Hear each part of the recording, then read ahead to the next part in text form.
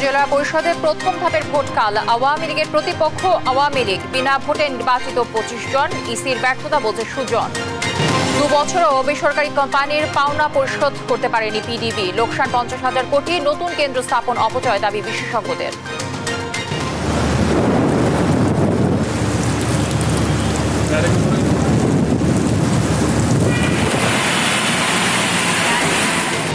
মৌসুমের প্রথম বৃষ্টিতেই চট্টগ্রামে জলাবদ্ধতা, নগরবাসীর ভোগান্তি। কুমিল্লার মুরাদনগরে খাল খননের নামে মাটি বিক্রির মহোৎসব। আপাতত আমাদের এ ধরনের বয়স বাড়ানো চাকরির ক্ষেত্রে এখন পর্যন্ত আমাদের সিদ্ধান্ত নাই। সরকারি চাকরিতে প্রবেশের বয়সসীমা বাড়ছে না। সংসদে জনপ্রশাসন মন্ত্রী, শিক্ষামন্ত্রীর চিঠির বিষয়ে প্রধানমন্ত্রীর সঙ্গে হবে আলোচনা। এবং হামাসের সম্মতির পরও গাজায় যুদ্ধবিরতি অনিশ্চিত। রাফায় হামলা অব্যাহত রেখেছে ইসরায়েল। জিম্মি মুক্তির দাবিতে তেল আবিবে সড়ক অবরোধ। দর্শক, শুভ সকাল। শুনছিলেন সংবাদ শিরোনামগুলো। সংবাদ সকালে রয়েছে আমি তানজিয়া জুথি। এবার বিস্তারিত।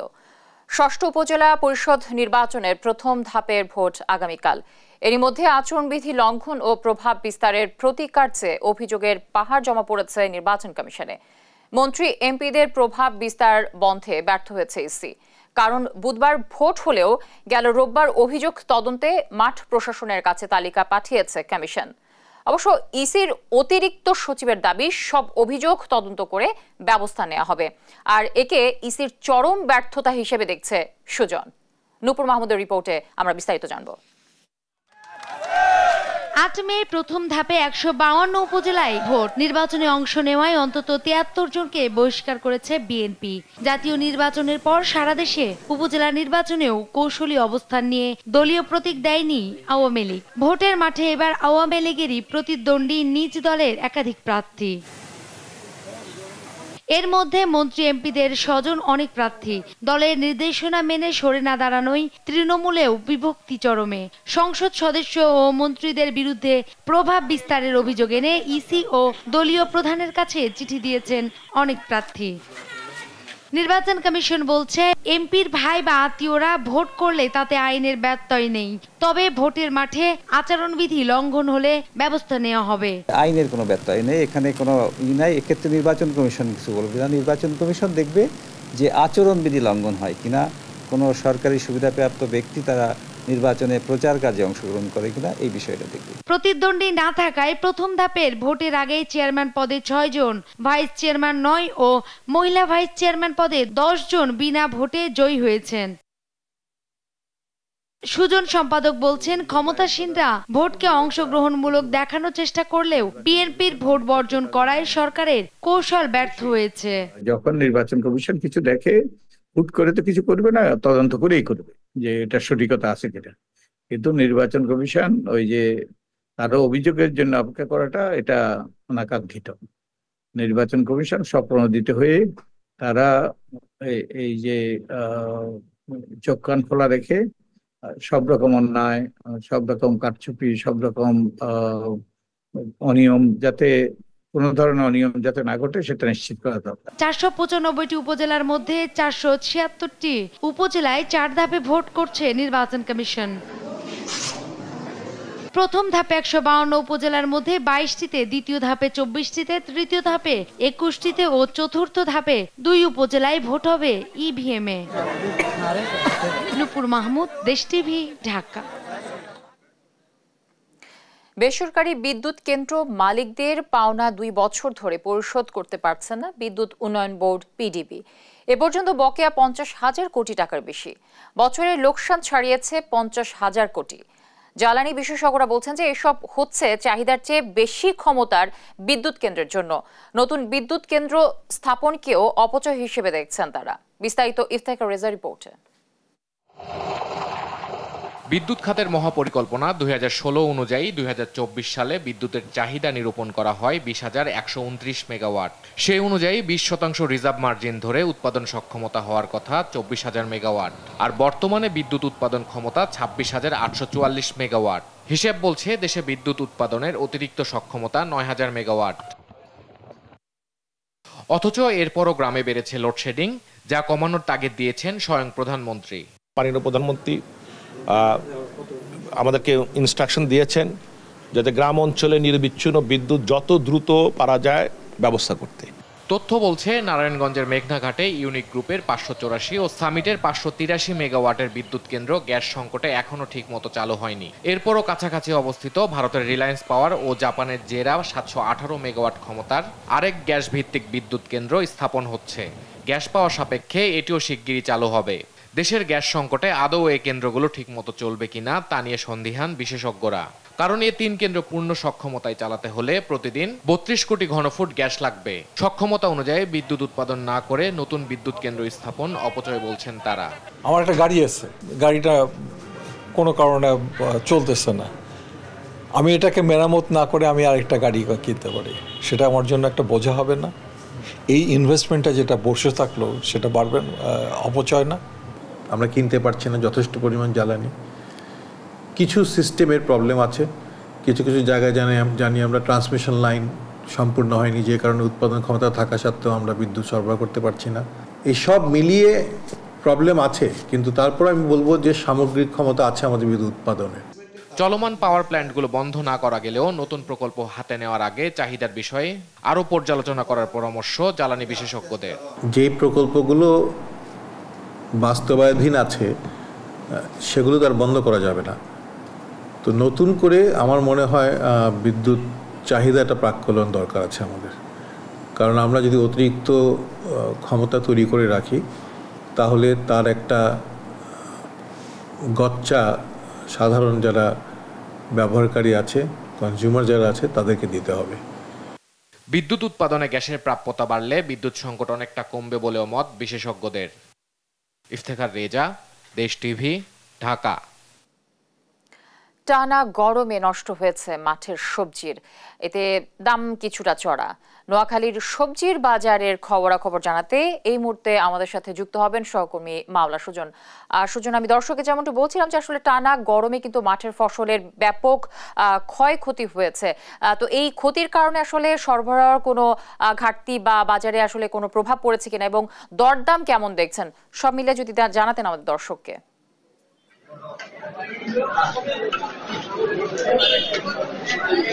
জ্যোতি, আপনি যেমনটি বলছিলেন নোয়াখালী সবজির বাজার নিয়ে, আমি এখন দাঁড়ায় আছি নোয়াখালীর পৌর বাজারে। এটি নোয়াখালী পৌর শহরের একমাত্র খুচরা বাজার হিসেবে পরিচিত। তো এখানে আজকে সকাল থেকে সবজির যে বাজারটি আমরা দেখতে পেয়েছি, আসলে যারা ক্রেতা রয়েছেন তারা বলছেন যে সবজির বাজারটি এই মুহূর্তে একটু কিছুটা বাড়তির দিকে রয়েছে, কিছুটা চড়ার দিকে রয়েছে, কিছুটা ঊর্ধ্বমুখীর দিকে রয়েছে।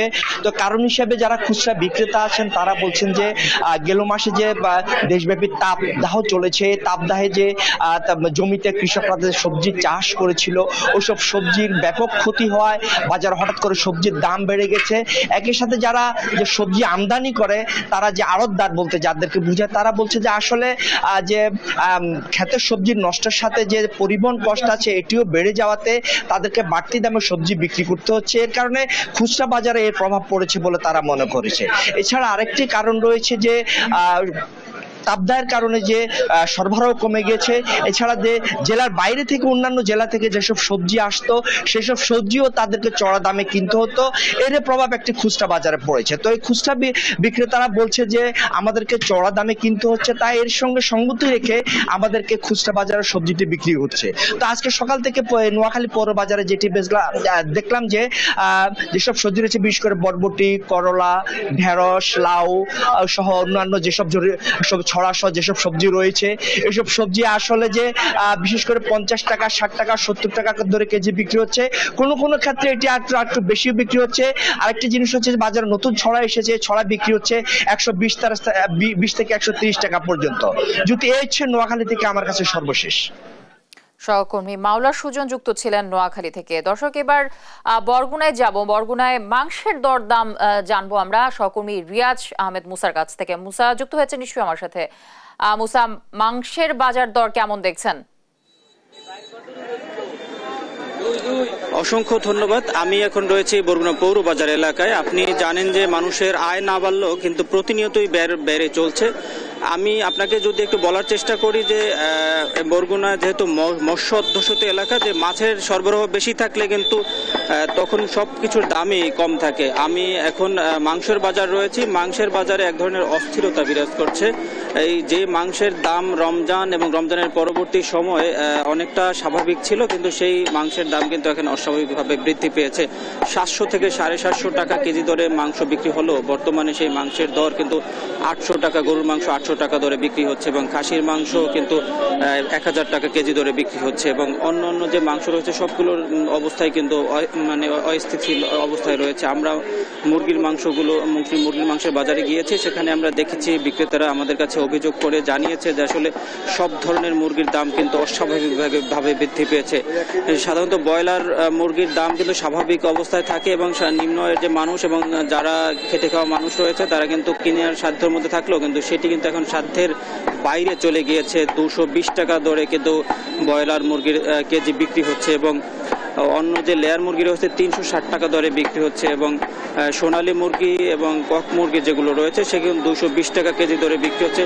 সর্বোপরি সকল যে মাংসের দাম সেটি কিন্তু সাধারণ মানুষের নাগালের বাইরে রয়েছে এবং বিক্রেতারা যেভাবে বলছে যে সরবরাহ কম থাকার কারণে কিন্তু দাম বেড়ে গিয়েছে এবং ক্রেতাদের সাথে কথা বলেছি, ক্রেতারা জানিয়েছে যে আসলে এই ধরনের সিন্ডিকেট থাকার কারণে কিন্তু দাম সাধারণ মানুষের নাগালের বাইরে। এই ছিল বরগুনা থেকে আমার কাছে সর্বশেষ। বরগুনা থেকে রিয়াজ আহমেদ মুসা যুক্ত ছিলেন। মৌসুমের প্রথম বৃষ্টিতেই তলিয়ে গেছে বন্দর নগরী চট্টগ্রাম। বৃষ্টিতে নগর জীবনে স্বস্তি ফিরলেও ভোগান্তিতে ফেলেছে জলাবদ্ধতা। এছাড়া কালবৈশাখী তাণ্ডবে বিভিন্ন সড়কে গাছ ও বিদ্যুতের খুঁটি উপড়ে পড়ায় ব্যাহত হচ্ছে যোগাযোগ। সহকর্মী AKM নাজিমের তথ্য ও ছবিতে আপন অপুর ডেস্ক রিপোর্ট। সকাল থেকেই কালো মেঘে ঢেকে যায় চট্টগ্রামের আকাশ, বইতে থাকে শীতল বাতাস, আর দুপুর গড়াতেই নামে ভারী বৃষ্টি, সঙ্গে চোখ রাঙায় বজ্রপাত। দাবদাহের পর এমন বৃষ্টি নগরবাসীর মাঝে নিয়ে আসে স্বস্তি, কিন্তু সেই স্বস্তিতে ভাটা পড়ে নগরীর জলাবদ্ধতায়। মুহূর্তেই তলিয়ে যায় নগরীর বাকলিয়া, চকবাজার, চান্দগাঁও, আগ্রাবাদ ও রিয়াজউদ্দিন বাজার এলাকার বিভিন্ন সড়ক। ভোগান্তিতে পড়েন প্রয়োজনের তাগিদে বাইরে বের হওয়া মানুষ। অল্পতে বৃষ্টি হলে চট্টগ্রাম শহরে পানি উঠে যায়, আবার আমরা পরীক্ষা দিয়ে বের হলাম, এখন বাসা যেতে পারতেছি না, খুব কষ্টে আছি। নালা কাছে যদি হয়ে যেত, নালাটা ড্রেসিং হতো, তাহলে আমরা মোটামুটি ঠিকভাবে চলাফেরা করতে পারতাম। বৃষ্টিতে এখানে প্রচুর বৃষ্টি হওয়ার কারণে তো জাম হয়ে গেছে। পানির অবস্থা তো ভালো না, পানি তো উঠে গেছে, রাস্তা নালা পরিষ্কার হয় নাই, সেই জন্য তো উঠে গেছে। কাজ করতেছে না, যেগুলো কাজ করতেছে ওগুলো শেষ করে নাই। কালবৈশাখীর তাণ্ডবে নগরীর নাসিরাবাদ এলাকায় রাস্তায় গাছ ভেঙে পড়ে যান চলাচল বন্ধ হয়ে যায়। ভেঙে পড়েছে দুটি বৈদ্যুতিক খুঁটিও, এতে বিদ্যুৎ বিচ্ছিন্ন হয়ে পড়ে আশপাশের এলাকা। এছাড়া ঢাকা চট্টগ্রাম ও চট্টগ্রাম কক্সবাজার মহাসড়কের বিভিন্ন অংশে ব্যাহত হয় যান চলাচল। বিভিন্ন এলাকায় ক্ষতিগ্রস্ত হয়েছে কাঁচা ঘরবাড়ি। নগরবাসীর অভিযোগ, সামান্য বৃষ্টিতেই তলিয়ে যায় চট্টগ্রাম নগরী। বহু বছর থেকে এমনটা হয়ে আসলেও নেই কার্যকর পদক্ষেপ। নিউজ ডেস্ক, দেশ টিভি। কুমিল্লার মুরাদনগরে চাপিতলা বিষ্ণুপুর সড়কের পাশে সরকারি খাল খননের নামে চলছে মাটি বিক্রির মহোৎসব। খনন করা খালের মাটি সরকারি ব্যবস্থাপনায় উন্মুক্ত নিলামে বিক্রির বিধান থাকলেও নিয়ম নীতির তোয়াক্কা না করেই বিভিন্ন ভাটায় বিক্রির অভিযোগ উঠেছে ঠিকাদারদের বিরুদ্ধে। সহকর্মী আবুল কালাম আজাদের তথ্য ও ছবিতে ডেস্ক রিপোর্ট। 1 কোটি টাকা ব্যয়ে শুরু হয় মুরাদনগরের চাপিতলা বিষ্ণুপুর সড়কের পাশের 3.5 কিলোমিটারের খাল খনন। গত মার্চে এই কাজ পায় ঠিকাদারি প্রতিষ্ঠান সোলাইমান এন্টারপ্রাইজ। কাজ শেষ হবার আগেই পার বাধাই না করে খননের মাটি ইটভাটায় বিক্রি করে দেওয়ার অভিযোগ উঠেছে তাদের বিরুদ্ধে। স্থানীয়রা বলছেন, শুধু খালের মাটি নয়, কেটে নেওয়া হচ্ছে সড়কের মাটিও। এতে ঝুঁকিপূর্ণ হয়ে পড়ছে সড়ক ও সেতু। হুমকির মুখে ঘরবাড়ি। মাটি পরিবহনের ট্রাক্টরেও রাস্তার ক্ষতি সহ করছে পরিবেশ দূষণ। পাহাড়ের মধ্যে মাটি না দিয়া, তার একটা পোষা দিয়া তারা মাটি বিক্রি করে দিতেছে। সব মাটি বাইঙ্গা নিচে দিকে ভরে দেবো, সবটা ভরে দেবো, কই না গড়টা ওই আইলাকে নিচের দিকে সব আর খাল হয়ে আপনার এই অবস্থা করছে। একটা মারি লাগছে না, সব খেরা মারি সব হেরা কাটতে লেগে। তবে ঠিকাদার প্রতিষ্ঠান জানায় নিয়ম অনুযায়ী মাটি বিক্রি করেছেন। উপজেলা প্রকৌশলী জানান, প্রকাশ্য নিলামে বিক্রি করা হয়েছে খননের মাটি। যেভাবে আছে আমরা এইভাবেই কাজটা করতে আসছি।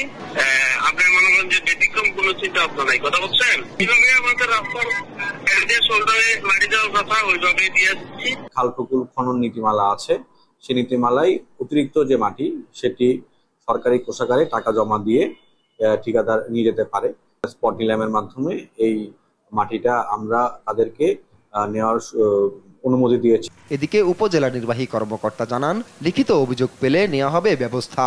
খাল নির্মাণের বিষয়ে যে বক্তব্যটা শুনতে পাচ্ছি, সে বিষয়ে আমরা আসলে এখনো পর্যন্ত কোনো লিখিত অভিযোগ পাইনি। সেই লিখিত অভিযোগ পেলে অথবা যদি আমাদের এখানে কোনোভাবে এই বিষয়ে রিপোর্ট হয়ে থাকে, তাহলে আমরা সেটার প্রেক্ষিতে তদন্ত সাপেক্ষে এই বিষয়ে ব্যবস্থা নেব। স্থানীয়দের প্রত্যাশা, সঠিকভাবে হোক খালের খনন কাজ। নিউজ ডেস্ক, দেশ টিভি। 24 বছরে 26 বার আগুন লেগেছে সুন্দরবনে, যা কোনোভাবেই মেনে নেওয়া যায় না বলে মন্তব্য করেছেন বিশেষজ্ঞরা। তাদের মতে বনের উপর নিয়ন্ত্রণ এবং বন সুরক্ষায় ব্যর্থ প্রশাসন। আগুনের ঘটনায় কোনো পূর্ণাঙ্গ তদন্ত প্রতিবেদন না দেয়াকে সঠিক পদক্ষেপ নেয়ার ক্ষেত্রে বড় বাধা বলে মনে করছেন বেলার প্রধান নির্বাহী সৈয়দা রিজওয়ানা হাসান। জবাবদিহিতা নিশ্চিতে বিশেষজ্ঞদের নিয়ে তদন্ত কমিটি গঠনের পরামর্শ তার। দর্শক, বাকিরা জানাচ্ছেন আমাদের সহকর্মী আজিজুর রহমান কিরণ। খোদ সরকারের হিসেব বলছে গেল 24 বছরে 26 বার আগুন লেগেছে সুন্দরবনে, আর এতে ধ্বংস হয়েছে 75 একরের বেশি বনভূমি। সবশেষ গেল শনিবার সুন্দরবনের পূর্ব চাঁদপাই রেঞ্জের আমরবুনিয়াতে আগুন লাগলে 4 একরের বেশি জমি পুড়ে ছাই হয়, যা নিয়ন্ত্রণে বিশেষায়িত বাহিনীগুলো চেষ্টা করেও হিমশিম খেতে হচ্ছে প্রতিনিয়ত। বিশেষজ্ঞরা বলছেন, মুনাফালোভী মাছ ব্যবসায়ী ও অসৎ বন কর্মকর্তাদের যোগসাজশে এবং অদক্ষ মৌয়ালদের কারণে সুন্দরবনে বারবার ঘটছে আগুনের ঘটনা। পাশাপাশি আগুন লাগলে কী ধরনের ব্যবস্থা নেওয়া দরকার তাতেও বন বিভাগের কৌশলগত জ্ঞানের ঘাটতিকেই দায়ী করছেন তারা। যেহেতু অন্যান্য জায়গার তুলনায় এই জায়গাটা রেঞ্জ নেন, এখানে আগুন লাগে এবং দ্রুত ছড়াতে পারে। আর অন্যান্য জায়গাতে ছোট ছোট খাল থাকে, ক্রিজ থাকে, যেহেতু ঝড় বাটা হয় প্রতিনিয়ত, সেখানে আগুনটা ছড়াতে পারে। এটা একটা কারণ হতে পারে। এখনো পর্যন্ত আমাদের কাছে এমন কোনো গবেষণা বা তথ্য নাই যে এই বারবার কেন ঘটছে এবং কারা ঘটাচ্ছে। এই এলাকায় বিশেষ করে যারা কর্মী আছেন, বনকর্মীদেরও যথেষ্ট প্রশিক্ষণের দরকার আছে। বাপার প্রধান নির্বাহী সৈয়দ রিজওয়ানা হাসান বলছেন, এসব আগুনের বেশিরভাগ কারণ মানবসৃষ্ট। প্রশাসনের তথাকথিত তদন্ত প্রতিবেদনে কেবল মোয়াল এবং মাছ ব্যবসায়ীদের দায়ী করেই দায় এড়িয়েছে বন বিভাগ। বলেন, সঠিক তদন্ত ও কার্যকর ব্যবস্থা না হয় প্রশাসনকেই এর দায় নিতে হবে। বন বিভাগ যদি বলে এটা মধু যারা সংগ্রহ করে বা পাতা যারা সংগ্রহ করে, কাঠ যারা সংগ্রহ করে, মাছ যারা সংগ্রহ করে তাদের কাজ, তো সেই মৌয়াল এবং বাওয়ালদেরকে তো লাইসেন্স বন বিভাগই দিচ্ছে। যে সময়টায় অগ্নিকাণ্ডের সম্ভাবনা বেশি থাকে, অগ্নিঝুঁকি বেশি থাকে, সে সময় বন বিভাগ এটা দেবে না। সঠিক তদন্ত না হওয়ার পেছনে সরকারি ব্যক্তিদের দিয়ে কমিটি গঠন এবং কমিটির সঠিক রিপোর্ট প্রকাশ না করাকেই বড় দুর্বলতা হিসেবে দায়ী করেন বাপার প্রধান নির্বাহী। এতগুলো যে তদন্ত হয়েছে, তদন্ত কমিটি তো নিশ্চয়ই খালি কারণ নির্ধারণ করেনি, সুপারিশগুলোও দিয়েছে। সেই সুপারিশগুলো বাস্তবায়নে এ পর্যন্ত বন বিভাগ কী করেছে সেটার উপরে একটা নিরপেক্ষ কমিটি হওয়া দরকার। সেটা যদি সরকারি পর্যায়ে হয় আর বন বিভাগের লোক দিয়ে হয়, তাহলে তো আমরা জানতে পারবো না যে বন বিভাগ তার দায়িত্ব কতটা পালন করেছে। যদিও এই বিষয়ে মন্ত্রণালয়ের দায়সারা জবাব, সঠিক নিয়ম মেনেই হয় এসব ঘটনার তদন্ত। বিশেষজ্ঞ পর্যায়ের যারা আছে, যারা ফরেস্ট ডিপার্টমেন্টের বাইরের, তারা এই কমিটিতে অন্ততপক্ষে 4 জন তারা ইনভলভ হয়েছে।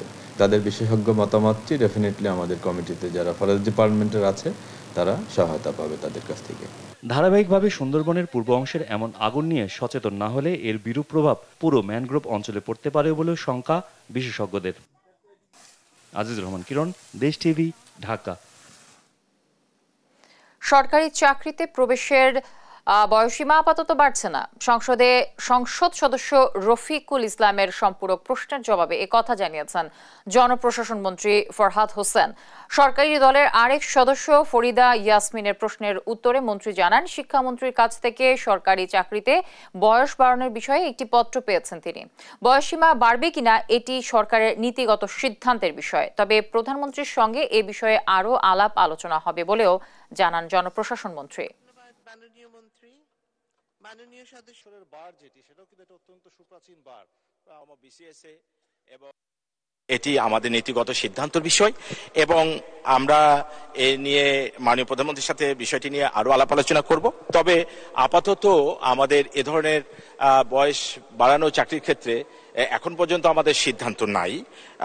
আমরা এই সমস্ত বিষয় নিয়ে আমরা আরো আলোচনা পর্যালোচনা করে আমরা ভবিষ্যতে দেখব। এ পর্যায়ে সংবাদ সকালে আরো যা থাকছে। শান্তিপূর্ণ পরিবেশে ভারতের লোকসভা নির্বাচনের তৃতীয় দফায় 93 আসনে ভোট গ্রহণ শুরু। নির্ধারণ হবে অমিত শাহর ভাগ্য।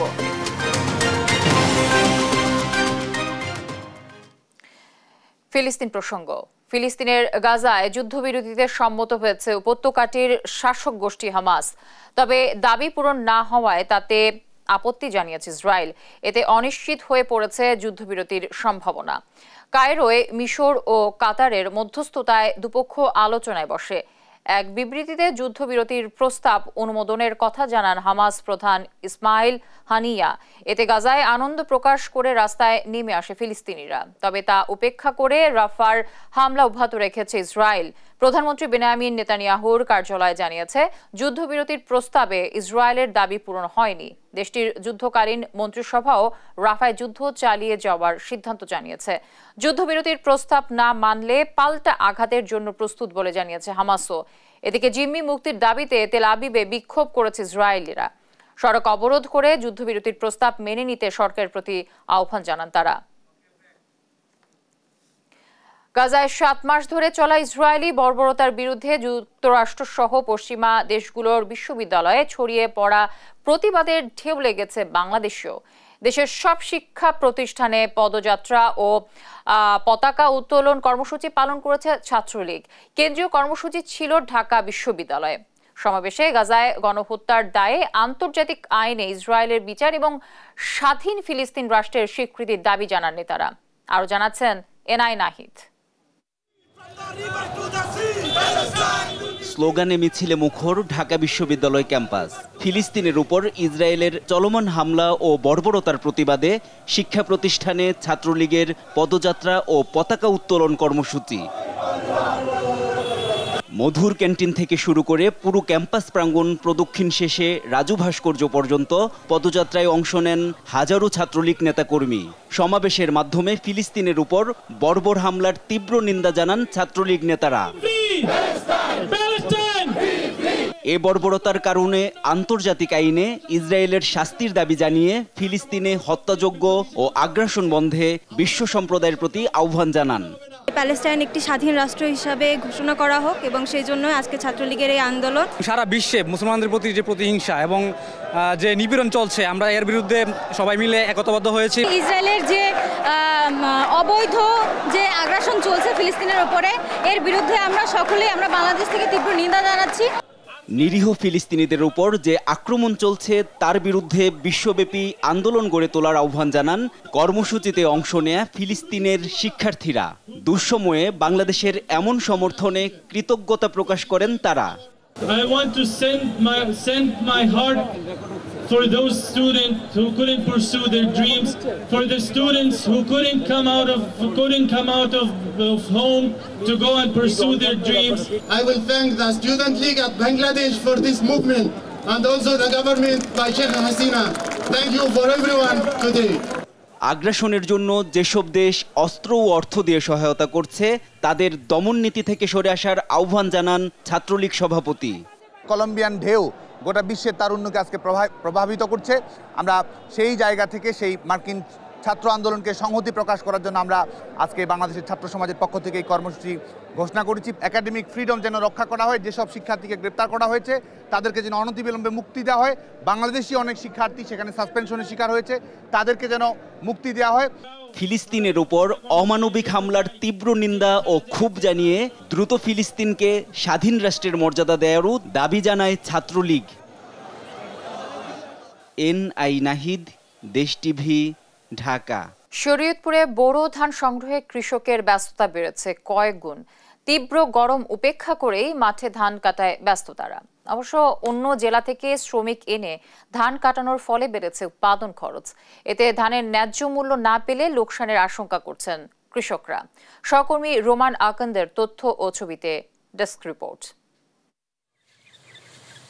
শরীয়তপুরে এবার 25,510 হেক্টর জমিতে বোরো আবাদের লক্ষ্যমাত্রা ছাড়িয়ে 25,526 হেক্টর জমিতে বোরো আবাদ করেছে কৃষক। কিন্তু জমির 50 ভাগ ধান কাটা হলেও অতিরিক্ত অর্থের বিনিময়ে সাতক্ষীরা, রংপুর, দিনাজপুর সহ বিভিন্ন এলাকা থেকে শ্রমিক এনে ধান কাটাতে হচ্ছে কৃষকের। খরচ বাড়ায় ন্যায্য মূল্য পাওয়া নিয়ে শঙ্কা প্রকাশ করছেন কৃষক। দেশি মানুষেরা ধান দেয় না, এই গরমের লেগে ধান দিতে পারে না। এই লোদ দাম তো কাটা যায় না, তারপর আমরা কাটতে দেন না। গাছ কি অবস্থা, বিজি মিজি গেছে, দিন গেলে পর 3-4 বার করে চলে চিপা লাগে। সাতক্ষীরায় বাড়ি, আমরা শরীয়তপুরে এসে কাজ করতেছি। গরমের লেগে শ্রমিক পাওয়া যায় না, 35 জন শ্রমিক আনছি, খরচ বেশি। এখন ধান কাটার লোক পাওয়া যায় না, বদলা পাওয়া যায় না। তবে বিশেষ করে আমি জননেত্রী শেখ হাসিনার কাছে অনুরোধ করছি যে কৃষিটারে যে বাঁচায় রাখে, কৃষি না বাঁচলে আমাদের বাঁচা কোনো মতেই সম্ভব না।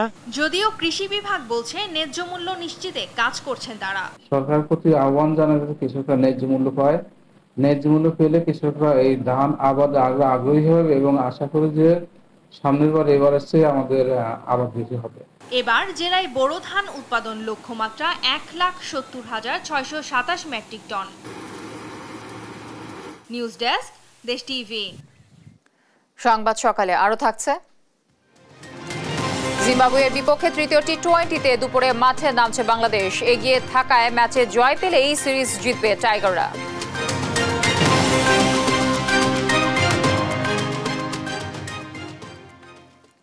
চলমান দাবদাহে ঠাকুরগাঁওয়ে গবাদি পশুর রোগবালাই বেড়েছে। এতে প্রতিদিনই অসুস্থ হয়ে জেলার বিভিন্ন জায়গায় গবাদি পশুর মৃত্যুর ঘটনা ঘটছে। এতে চরম দুশ্চিন্তায় দিন পার করছেন খামারিরা। সহকর্মী শাকিল আহমেদের তথ্য ও চিত্রে ডেস্ক রিপোর্ট। ঠাকুরগাঁও সদর উপজেলা সুখানপুকুরি ইউনিয়নে সারডুবি গ্রামের গৃহবধূ প্রিয়বালা প্রায় 3 লাখ টাকা মূল্যে 4টি গরু লালন পালন করছিলেন তিনি। কিন্তু চলমান দাবদাহের কারণে তার 4টি গরু ভাইরাসজনিত খুরা রোগ ও জ্বরে আক্রান্ত হয়ে মারা যায়। শেষ সম্বল গরু হারিয়ে দিশেহারা তিনি। আমার 4টা গরু ছিল, 4টা মারা গেছে, ওইলা সম্বল এলা তো তাবানে খর গেছি, কিন্তু আর পানি নেই একটা খুরাই রোগ নাকি কয়ে। আমার দিদির 4টা গরু ছিল, গরু 4টা গরমের জন্য খুরাই রোগের জন্য মারা গেছে এবং কি দিদিটার এগুলোই সম্বল ছিল। শুধু প্রিয়বালাই নয়, আশেপাশের অনেকের ক্ষুদ্র পুঁজির পালিত পশু আক্রান্ত হয়েছে এই রোগে। এমন পরিস্থিতিতে প্রান্তিক খামারিরা পড়েছেন চরম দুশ্চিন্তায়। আশেপাশে অনেক গরু মারা গেছে, তো এই বিষয়ে এগুলা নিয়ে আমাদের মানে এলাকাবাসী সবাই খুব দুশ্চিন্তার মধ্যে আছে। আমার 3টা গরু, 2টা ছাগল, 2টায় মানে আর কি অসুস্থ ছাগলের, গরু 3টা গরু গরমের অবস্থায় এই রকম খুরাই রোগ। জেলা প্রাণী সম্পদ বিভাগ বলছে পশুর দেহে জিঙ্কের পরিবর্তনের কারণে এই ভাইরাসটি মারাত্মক আকার ধারণ করেছে। খামারিদের তথ্য ও পরামর্শ দিয়ে নানাভাবে সচেতন করছে তারা। এই সিজনে একটি গবাদি পশু রোগ হয় ভাইরাল জনিত, সেটি হচ্ছে এপিমেরাল ফিভার। এবার আপনি জানেন যে অনাবৃষ্টির কারণে এই প্রাদুর্ভাবটি তুলনামূলকভাবে অন্য বছরের তুলনায় বেশি। আমরা খামারিদেরকে আমাদের একটি প্রকল্প আছে, সেই প্রকল্পের মাধ্যমে তাদের সবসময় সচেতন করি যে গবাদি পশুর কোনো রোগ হলে আপনারা আমাদের সাথে যোগাযোগ করুন। রোগের প্রাদুর্ভাব বাড়ায় চিকিৎসা সেবা দিতে গিয়ে হিমশিম অবস্থা স্থানীয় এই চিকিৎসকের। এবারকার খুরার যে ভ্যারিয়েন্টটা এটা সম্পূর্ণই আলাদা। আমাদের প্রাণী সম্পদ অফিসার যারা আছে তাদের সাথে পরামর্শ করে আমরা চিকিৎসা কার্যক্রম চালিয়ে যাচ্ছি। প্রাণী সম্পদ বিভাগের তথ্য মতে সদর উপজেলায় 5-6টি গবাদি পশুর খামার রয়েছে, যেখানে গরুর সংখ্যা 49,107টি। নিউজ ডেস্ক, দেশ টিভি। রাজশাহীতে শত কোটি টাকার জমি নিয়ে নিরাপত্তাহীনতায় পড়েছেন অবসরপ্রাপ্ত এক পুলিশ কর্মকর্তা। জমি দখলে নিতে অপতৎপরতা চলছে বলে অভিযোগ তার। অভিযুক্তের তালিকায় আছেন Rajshahi city mayor AHM Khairuzzaman লিটনের ব্যবসায়িক অংশীদার শামসুজ্জামান আওয়াল ও মেয়রের ঘনিষ্ঠ 19 নম্বর ওয়ার্ড কাউন্সিলর তৌহিদুল হক সুমন। থানায় জিডি করেও ফল না পাওয়ায় আদালতের শরণাপন্ন হয়েছেন সাবেক পুলিশ কর্মকর্তা। রবিউল ইসলামের ছবিতে কাজী শাহেদের প্রতিবেদনে বিস্তারিত। শত কোটি টাকার জমি দখলদারদের হাত থেকে বাঁচাতে মরিয়া এক সাবেক পুলিশ কর্মকর্তা। তার অভিযোগের আঙুল রাজশাহী সিটি কর্পোরেশনের মেয়র AHM খায়রুজ্জামান লিটনের ব্যবসায়িক অংশীদার শামসুজ্জামান আওয়াল ও মেয়রের ঘনিষ্ঠ 19 নম্বর ওয়ার্ড কাউন্সিলর তৌহিদুল হক সুমনের বিরুদ্ধে। পুলিশের অবসরপ্রাপ্ত কর্মকর্তা শামসুল আরেফিনের দাবি, আওয়াল ও সুমনের লোকজন তাকে নানাভাবে ভয়ভীতি দেখাচ্ছেন। আমাকে 19 নম্বরের ওয়ার্ড কাউন্সিলর সুমন 3 বার লোক পাঠায় তার সাথে দেখা করার জন্য। আমাকে টেলিফোনে জানালেন যে আপনার যে জমি আছে আমাদেরকে অর্ধেক জমি দিয়ে দিতে হবে। মেয়র মহোদয়ের আপনার ওই যে ব্যবসায়িক পার্টনার, তার ম্যানেজার পরিচয় দানকারী আমাকে রাত্রে টেলিফোন করে বলছে যে এরকম জমি আপনাকে দিয়ে দিতে হবে অর্ধেক, না দিলে অসুবিধা আছে। 4 জন আসলো, এসে বললো যে এরা এটা কার রুম, ওইটা কার রুম। তা সারা রুম প্রথমে খুললাম, কে বারে বারে আসছেন আপনারা, তো আপনাদের পরিচয়টা দিবেন। তখন বলছে যে আমরা ডিবির লোক, ডোয়ার আছে সব খোলা, 4 জন মিলে সব খুললো, উল্টাপাল্টা সব করলো। আওয়াল ও সুমনের তৎপরতা থেকে বাঁচতে প্রথমে থানায় সাধারণ ডায়েরি করেন। মেয়রের ঘনিষ্ঠ আওয়াল ও সুমন জমি দখলে নিতে না পেরে সিটি কর্পোরেশনের মাধ্যমে অধিগ্রহণের ব্যবস্থা করেন। এ নিয়ে আদালতে মামলা করেছেন ভুক্তভোগী। এতে জিডির সঠিক তদন্ত ছাড়াই প্রতিবেদন দাখিলের অভিযোগ এনেছেন তিনি। সুপ্রিম কোর্ট হাইকোর্ট ডিভিশনে রিট পিটিশন দায়ের করলে রুল জারি হয়। রুল জারির পরেও ডিসি অফিস থেকে আমাকে 7 ধারা জারি করা হয়। 7 ধারার মহামান্য আদালতকে অবগত করলে স্থগিত করে দেয়। 10/3/2024 তারিখে নথিজাত করা হয়েছে। সেই আদেশের বিরুদ্ধে আমরা মহামান্য মহানগর দায়রা জজ আদালতে আমরা রিভিশন ফাইল করছি। তবে শামসুজ্জামান আওয়াল ও তৈদুল হক সুমনের দাবি, জমিটি কবরস্থানের জন্য অধিগ্রহণ করতে চায় সিটি কর্পোরেশন। সিটি কর্পোরেশন আপনার গরুস্থান করার জন্য একটা জায়গা, ওখানে একটা জিডি করেছে না কি করেছে আপনার 21 সালে আমাদের সিটি কর্পোরেশনে আপনার জিএম মিটিং এর মাধ্যমে অধিগ্রহণের প্রস্তাব হয়। পরবর্তী সময় ওনার জমি অধিগ্রহণ নোটিশ কোনো কিছু সিটি কর্পোরেশন বা আমরা দেয়নি, যে জিডি করেছে যে ওনার জমি আমরা অধিগ্রহণ করতে যাচ্ছি, কিন্তু ওটা মুরসাল মজ, ওটা আমার ওয়ার্ডেও না। সিটি কর্পোরেশন জমি অধিগ্রহণ করতে চাইলেও পুলিশ কর্মকর্তা শামসুল আরেফিনের ওই জমির অবস্থান জেলার পবা উপজেলার মধ্যে, যা সিটি কর্পোরেশনের সীমানার বাইরে। কাজী শাহেদ, দেশ টিভি, রাজশাহী। 2.5 বছর আগে খুলনায় যাত্রা শুরু করা Sheikh Kamal IT incubation and training সেন্টারের সুফল পেতে শুরু করেছে স্থানীয় শিক্ষার্থী ও উদ্যোক্তারা। এর মাধ্যমে কুয়েট সহ বিভিন্ন প্রতিষ্ঠানের শিক্ষার্থীরা গবেষণার পাশাপাশি বিভিন্ন প্রশিক্ষণ নিয়ে হয়ে উঠেছেন উদ্যোক্তা, যেখানে বছরে আয় প্রায় 10 কোটি টাকা। সহকর্মী নূর ইসলাম রকির প্রতিবেদনে বিস্তারিত। খুলনা প্রকৌশল ও প্রযুক্তি বিশ্ববিদ্যালয়ের শিক্ষার্থী এবং খুলনা অঞ্চলের আইটি ব্যবসার এক অপার সম্ভাবনার নাম Sheikh Kamal IT incubation and training centre. 31 কোটি টাকা ব্যয়ে কুয়েট টিমানার ভিতর বিশ্ব ব্যাংকের সহায়তায় বাংলাদেশ হাইটেক পার্ক কর্তৃপক্ষ নান্দনিক রূপে নির্মাণ করছে এই সেন্টারটি। 5 তলা ভবনের এই সেন্টারে বর্তমানে 15টি স্টার্ট আপ বা উদ্যোক্তা প্রতিষ্ঠান রয়েছে। ভারত বাংলাদেশের একটি প্রকল্পে ভারত থেকে ট্রেনাররা এখানে এসে দিবে প্রশিক্ষণ। আমাদের এখানে স্টার্ট আপ রয়েছে প্রায় 15টা, এখানে ভারত থেকে ট্রেনার এসে এখানে ট্রেনিং করাবে। উদ্যোক্তারা 1 বছর বিনা খরচে সেন্টারটি ব্যবহার ও গবেষণার সুযোগ পেয়ে থাকেন। এছাড়া 6টি বিনিয়োগকারী প্রতিষ্ঠান বিভিন্নভাবে আয় করছেন এখানে। 3 মাস কোর্স শেষ করার পর এখানে ইন্টার্ন শেষ করার পথে আমি, তো সেই বেসিসে আমি পর্যাপ্ত পরিমাণ আর্নিং আসছে এবং এখানে কাজ করতেছে। এখন এখানে আমি ডিজিটাল মার্কেটিংয়ের একটি কোর্স সম্পন্ন করি এবং সেখান থেকে টুকটাক আর্নিং হচ্ছে। এখানে রয়েছে রেস্টুরেন্ট, ব্যায়ামাগার, conference room, computer room, meeting room সহ গেস্ট হাউসের সুবিধা। Sheikh Kamal IT incubation and training সেন্টারটি উদ্যোক্তা তৈরিতে সহায়তা করেছে বলে বলছেন উদ্যোক্তারা। আমরা উদ্যোক্তা বিনির্মাণে কাজ করছি, বাংলাদেশ গভর্নমেন্টের সহায়ক হিসেবে আমরা কাজ করছি। নিত্য প্রয়োজনীয় প্রোডাক্ট থেকে শুরু করে যাবতীয় সকল ধরনের পণ্য নিয়ে আমরা কাজ করছি ক্রয় এবং বিক্রয়ের মাধ্যমে। এছাড়াও প্লাস্টিকের বিভিন্ন সমস্যা নিয়েও এখানকার সেন্টারগুলোতে গবেষণার সুযোগ পাচ্ছেন শিক্ষার্থীরা। পরে এখান থেকে প্রকাশিত হচ্ছে তাদের বিভিন্ন জার্নাল। মাইক্রোপ্লাস্টিক সলিউশন লিমিটেডে আমরা প্লাস্টিকের বিভিন্ন প্রবলেম সমস্যা নিয়ে কাজ করি। আমরা দীর্ঘ 1 বছর ধরে এই মাইক্রোপ্লাস্টিক সলিউশন স্টার্টআপের সাথে কাজ করছি এবং আমরা এই 1 বছরে মাইক্রোপ্লাস্টিক নিয়ে আমরা 54.5% ডিগ্রেড করে সফলতা পেয়েছি। সেই সাথে আমরা আমাদের বিভিন্ন প্রজেক্ট কমপ্লিট করেছি প্লাস্টিক সমস্যা নিয়ে এবং আমরা বিভিন্ন জার্নালও পাবলিশ করেছি। খুলনার Sheikh Kamal IT incubation and training সেন্টারে বছরে বাণিজ্য প্রায় 10 কোটি টাকা। নূর ইসলাম রকি, দেশ টিভি, খুলনা। এবার আন্তর্জাতিক প্রসঙ্গ। শান্তিপূর্ণ পরিবেশে শুরু হলো ভারতের লোকসভা নির্বাচনের 3য় দফার ভোট গ্রহণ। স্থানীয় সময় মঙ্গলবার সকাল 7টায় শুরু হওয়া এই ভোট চলবে সন্ধ্যা 6টা পর্যন্ত। এ পর্বে ভোট হচ্ছে 10টি রাজ্য ও 1টি কেন্দ্রশাসিত অঞ্চলের 93টি আসনে। এর মধ্যে আছে পশ্চিমবঙ্গের মালদহ উত্তর, মালদহ দক্ষিণ, মুর্শিদাবাদ ও জঙ্গিপুর। এ পর্বের মূল আকর্ষণ মোদির নিজ রাজ্য গুজরাটের 26টির মধ্যে 25টি আসনেই চলছে ভোট গ্রহণ। এছাড়াও ভাগ্য পরীক্ষা হবে কেন্দ্রীয় স্বরাষ্ট্রমন্ত্রী অমিত শাহর। গুজরাটের গান্ধীনগর আসন থেকে পুনরায় নির্বাচিত হতে প্রতিদ্বন্দ্বিতা করছেন তিনি। এদিকে ভোটের আগে উত্তরপ্রদেশের কংগ্রেস অফিসে ভাঙচুরের ঘটনা ঘটে। ঘটনার প্রতিবাদের সঙ্গে সঙ্গেই বিক্ষোভ শুরু করেন কর্মীরা।